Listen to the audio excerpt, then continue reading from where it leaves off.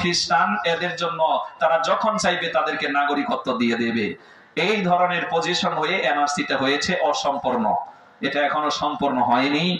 সম্পূর্ণ হলে ভালো ছিল। এনআরসির মাধ্যমে একটা কার্ড দিত, যেরকম আধার কার্ডের মতনের একটা কার্ড দিত। এটা হলেই ভালো, আমাদের মুসলিমদের জন্য হলেই ভালো, সমস্যা নেই। কথা বোঝা যাচ্ছে?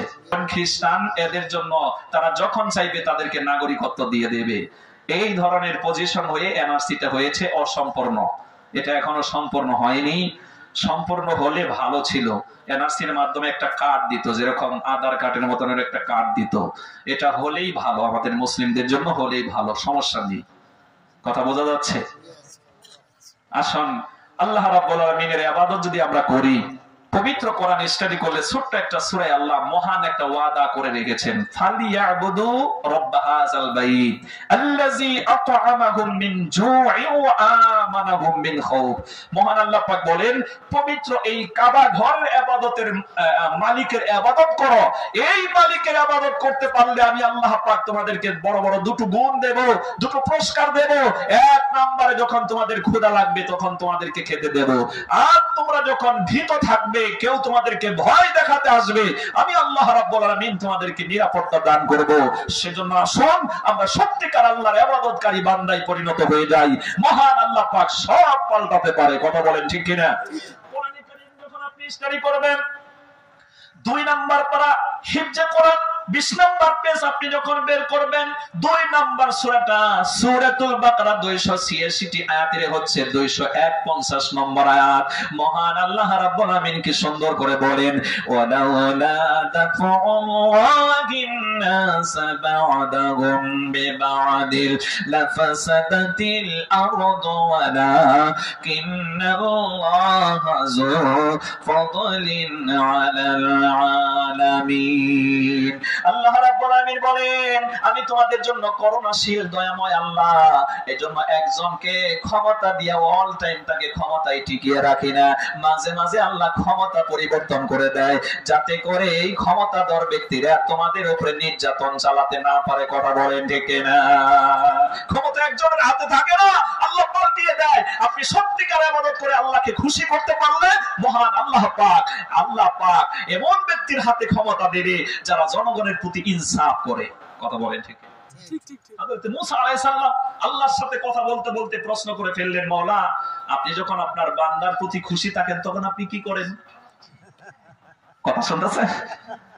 খুব গুরুত্বপূর্ণ প্রশ্ন, যে আল্লাহ আপনি যখন আপনার বান্দার প্রতি খুশি থাকেন তখন আপনি কি কাজ করেন?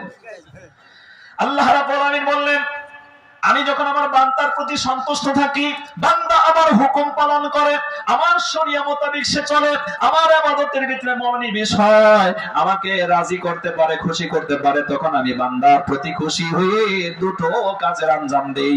এক নম্বরে ওই দেশের ভিতরে ন্যায় প্রায়ণ ব্যক্তিদের হাতে ক্ষমতা দিয়ে দেই। বলেন আল্লাহু আকবার। আর 2 নম্বরে এই যে মাঠের জমিন, এই মাঠের জমিতে আপনি ফসল বপন করলেন, আল্লাহ পাক বলেন, ইন্নাল্লাহা ফালিকুল হাববি ওয়ান নাওয়া। মহান আল্লাহ পাক হলেন আটিকে ফাটিয়ে দিয়ে ওখান থেকে বীজ অঙ্কুরণকারী। ওই মহান আল্লাহ পাক বলেন, তোমরা জমিনে যখন ফসল বপন করো, ওই ফসলের যখনই বৃষ্টির দরকার পড়বে ফসলটা ভালো হওয়ার জন্য, আমি ওই টাইমে বৃষ্টি দান করি। বলেন আল্লাহু আকবার। বান্দার প্রতি যখন আল্লাহ সন্তুষ্ট করেন, এই দুটো কাজের আঞ্জাম দেয়। ন্যায় প্রায়ণ ব্যক্তির হাতে ক্ষমতা এবং ফসলের উপযোগী টাইমে আল্লাহ বৃষ্টি দেয়। আল্লাহু আকবার। এর উল্টা যখন বান্দার প্রতি আল্লাহ নাখুশ থাকে তখন কি করেন? অর্থাৎ বান্দা যখন আল্লাহর সাথে নাফরমানি করে, আল্লাহর ইবাদত করে না, শরিয়া মানে না, আল্লাহর হুকুম পালন করে না, ইসলাম পালন করে না, ওই বান্দার প্রতি আল্লাহ নারাজ হয়ে যায়। এই নারাজিটা আল্লাহ প্রকাশ করে কেমনে? মুসা আলাইহিস সালাম প্রশ্ন করলেন, তখন বলল, এই নারাজিটা আমি প্রকাশ করি 1 নম্বরে জালিমের হাতে ক্ষমতা দিয়ে দেই, আর 2 নম্বরে আপনি ফসল বপন করলেন, ওই ফসলটা নষ্ট হয় এমন টাইমে আল্লাহ বৃষ্টি দিয়ে দেয়। ফসলটা খারাপ হবে ওই সময় আল্লাহ বৃষ্টি দিয়ে দেয়। নাউজুবিল্লাহ। এজন্য আজকে যদি আমরা চিন্তা করে দেখি, আমার ভাইরা, আল্লাহ কি আমাদের প্রতি খুশি আছেন?